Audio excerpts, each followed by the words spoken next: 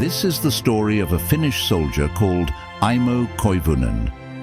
During a battle against Russian soldiers, he took more than 30 pills of Pervetin at once and was found 13 days later, hundreds of kilometers away. He later described an odyssey of hallucinations, delusions, and the struggle to survive behind enemy lines. Many soldiers were taking drugs at the time. The stimulant Pervetin had been developed in Germany shortly before the outbreak of war and was distributed in large quantities to soldiers of the Third Reich and its allies. Among the soldiers it was also known as tank chocolate, Stuka tablets, Hermann Göring pills, or pilot marzipan. But what exactly is Pervetin? Pervetin was a drug containing methamphetamine, now known as crystal meth, manufactured by the pharmaceutical company Temla from 1938 to 1988. The stimulant effect of Pervetin was used to boost the performance of soldiers during the Second World War.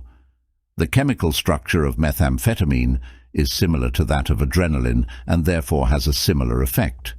It has a stimulating effect, suppresses fatigue, hunger and pain, and boosts self-confidence. Initially, Pervetin was used by the Air Force to keep soldiers awake during night missions. Once its potential was recognized, Pervetin was made available to all units. During the Polish campaign, it was made available to soldiers in several combat units. The results were outstanding, and the soldiers' performance was maintained at an above-average level for several days.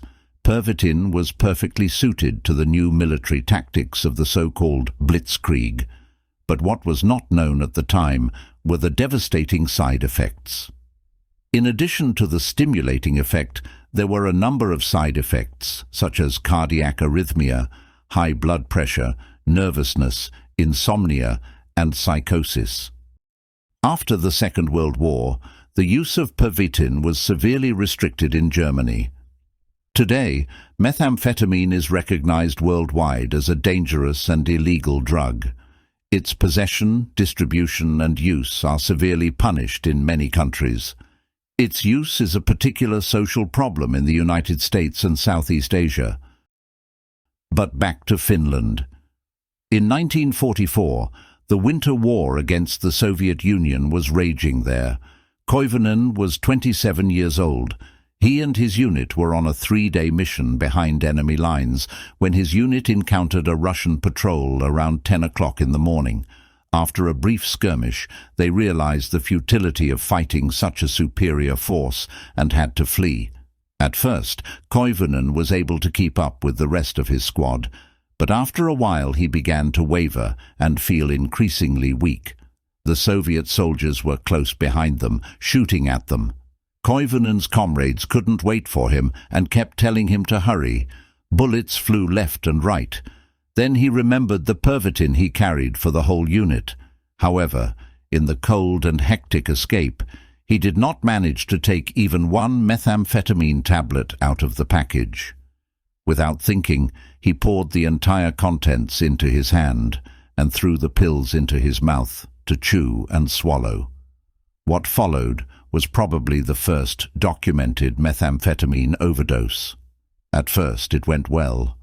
Koivunen felt like a new man. He had energy and strength again. The cold didn't bother him. He felt like the Russians couldn't touch him. Quickly he caught up with his unit and even overtook the other soldiers, until the pills took full effect. A switch flipped, and Koivunen had no recollection of the next few hours.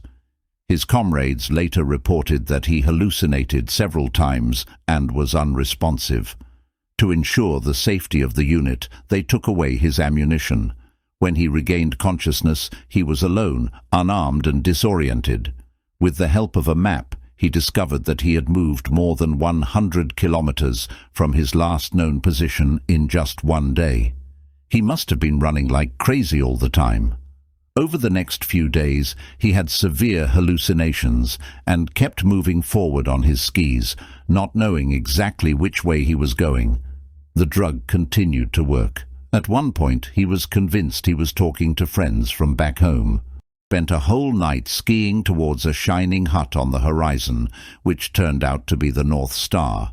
Or he thought he was fighting a wolf-like creature, but it turned out to be just a branch. One of the most bizarre situations during his drug trip occurred when Koivunen spotted a camp full of soldiers in the distance. At first he thought they were Germans, allies of Finland. He quickly approached the camp on his skis, only to discover that it was full of Russian soldiers. As it was too late to turn back, he skied through the Soviet camp as fast as he could. Most of the Russian soldiers were surprised and just stared after Koivunen in disbelief. Some tried to grab him, but he was too fast. By the time the soldiers started shooting at him, he had already disappeared behind a row of trees. The Russian soldiers chased him on skis, but they had no chance of catching him. He had escaped them. During the day, Koivunen continued his journey until he came to an abandoned cabin. There, he built a fire to warm himself. However, by doing so in the middle of the hut, he started a fire. According to the Finns' later account, he fell asleep anyway and only moved when the flames came closer. Eventually, he woke up and escaped the fire, though he did not know how. Koivunen continued his journey in search of new shelter. He came across an abandoned German military camp that had been mined by the Germans. One mine blew off part of his left foot, and a second explosion threw him into a ditch. There he managed to bandage the wound on his foot with a cloth and part of his shirt. It was another week before Koivunen was found by a Finnish patrol and taken to the field hospital in Salla. During his odyssey, he survived on plants and a bird, which he ate raw because he had no wood for a fire. When Koivunen arrived at the field hospital, he weighed only 43 kilos, and although 13 days had passed since his Pervetin overdose, his heart was still beating at more than 200 beats per minute. During those 13 days, he had skied about 400 kilometers. Koivunen survived the war and went on to start a family. He first wrote down his memories of the war journey for the magazine Kansa Taisteli. This was the incredible story of the Finnish soldier, Aimo Koivunen. Thank you for listening.